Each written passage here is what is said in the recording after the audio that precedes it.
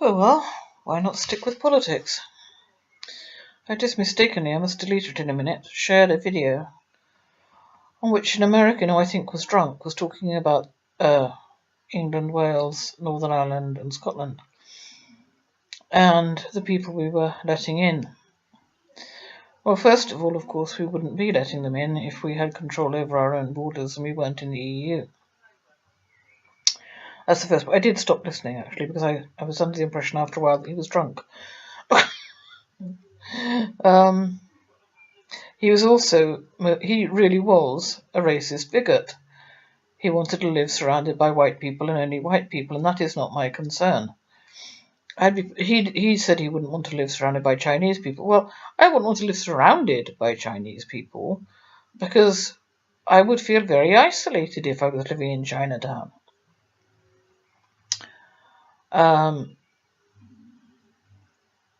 I have some lovely Polish neighbours. I like them very much. They're very kind indeed. However, this particular area is turning into Little Poland. And it's bad enough not to be able to understand Welsh 100%, but I don't understand Polish at all.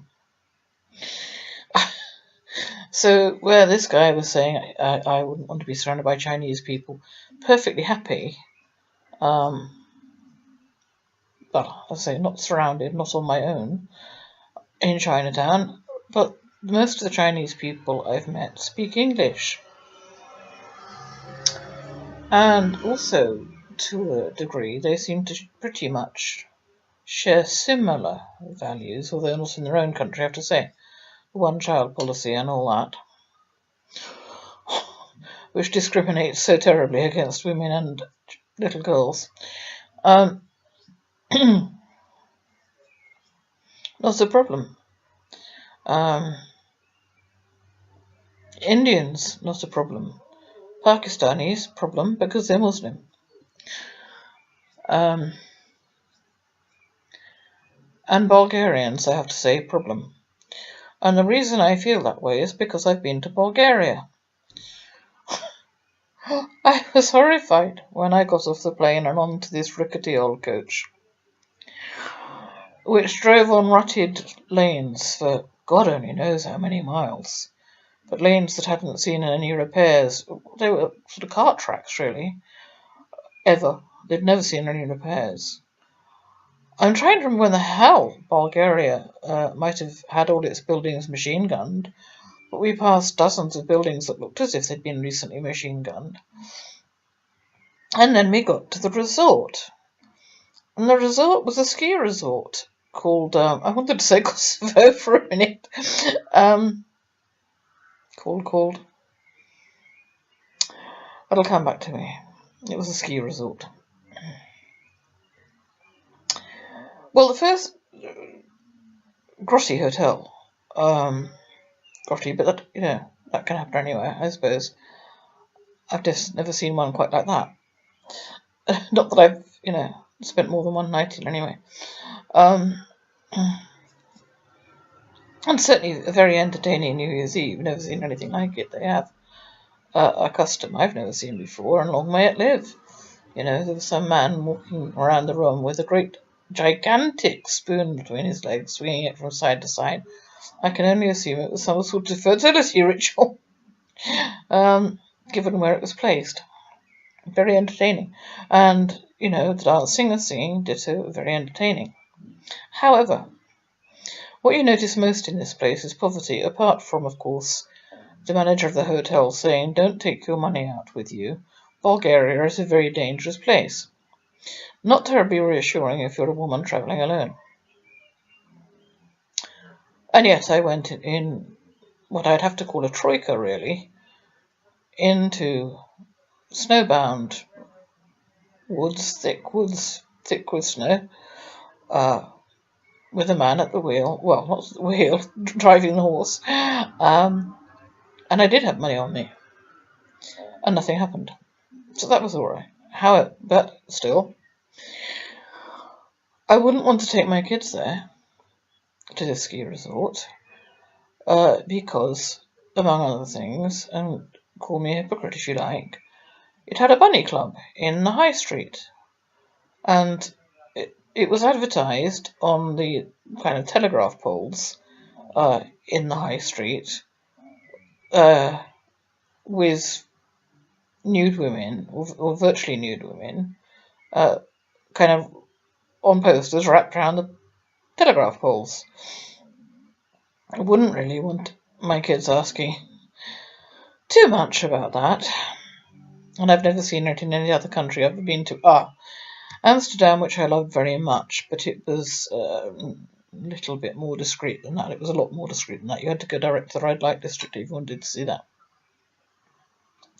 And you'd know not to take your kids there, basically. Packs of dogs roamed the streets, strays.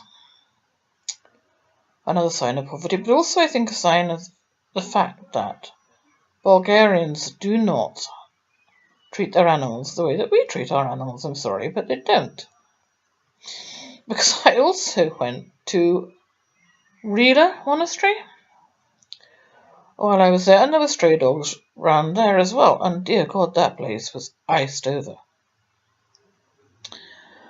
You could barely take a step without, what it was like walking on an ice rink. Beautiful, beautiful place. The monks reminded me of Rasputin. A frightening place. Beautiful but frightening. And stray dogs there as well. Very, very, very poverty-stricken. And of course, as with every poor country, everyone chain smokes. Yet another reason I don't particularly want them coming here to chain smoke, because of my lungs, thank you. Sorry, but it's true, but I have seen it here as well now. Eastern Europeans come, no, not all of them, two lovely Polish neighbours, yes, down in the square, drinking vodka, smoking. And in fact, a lovely little Hungarian place here had to shut down because it was stupid enough to have Polish nights. And the Poles went nuts, and they wound up shutting down the Hungarian restaurant. At least that's how I understand what happened. Still, I'm going to say again, because people do have a habit of misinterpreting what I say. I'm not saying they're all bad. I'm saying we can't afford this level of poverty brought over because we've been living in austerity for 6 years, and we have many homeless of our own. And they're taking up properties, are they not? They're taking up living space. Not to mention the NHS and God only knows what else. My two Polish neighbours are both in work, by the way.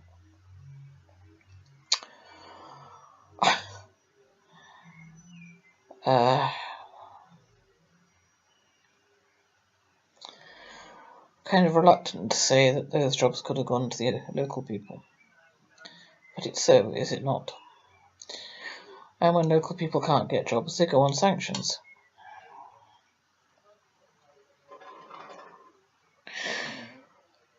So basically, in contradistinction to this American, I would rather be surrounded by Chinese than Eastern Europeans. So, the word being surrounded. One or two, fine, not a problem.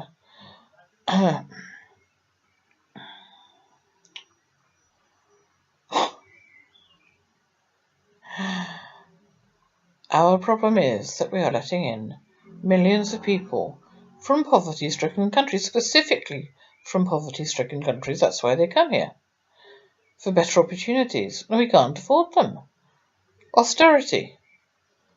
Homeless people. And what is more, we can't feed our own homeless people anymore, which is to say I, a person on the street, am greeted by notices to tell me that I should not give money to homeless people, just in case it encourages them to go and buy booze. Well, it's legal to buy booze, so if that's what they choose to spend it on, more fool me for having given them the money, but that's my choice. And as long as we're treating our own homeless people so badly that we now put spikes where they might sleep, and confiscate their sleeping bags, and make sure that nobody will give them money for food, as long as that is happening, I don't feel particularly enthusiastic about millions of people coming here and taking up housing and jobs. And as I say, they come from the poor countries, not the rich ones. There aren't any French immigrants, or German immigrants, or Swiss immigrants, or Norwegian immigrants. They're all from the poor countries, which, by the way, have very different cultures. I've been to them.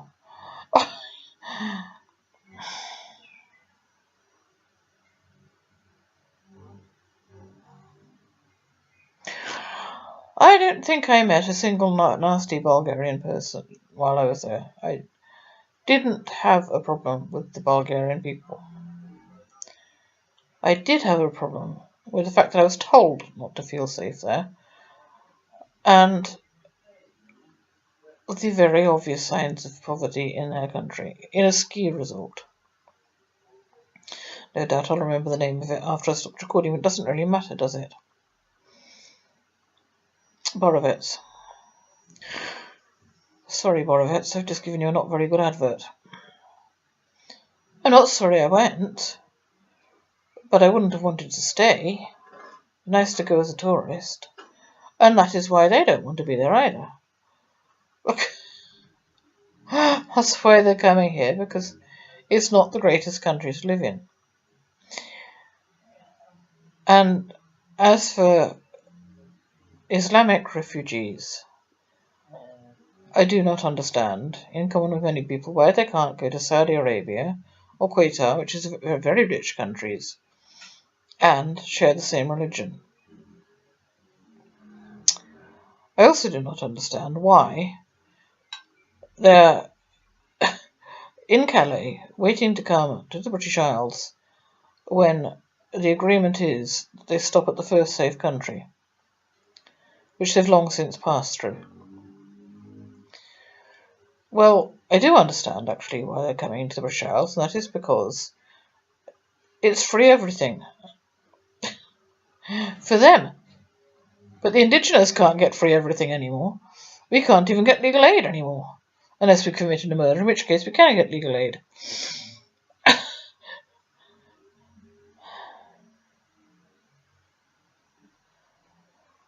So anyway, take down the video from the American who was a racist and bigot. I don't know damn what colour the people who come here are. I do care. But they are taking up space and money that we don't have.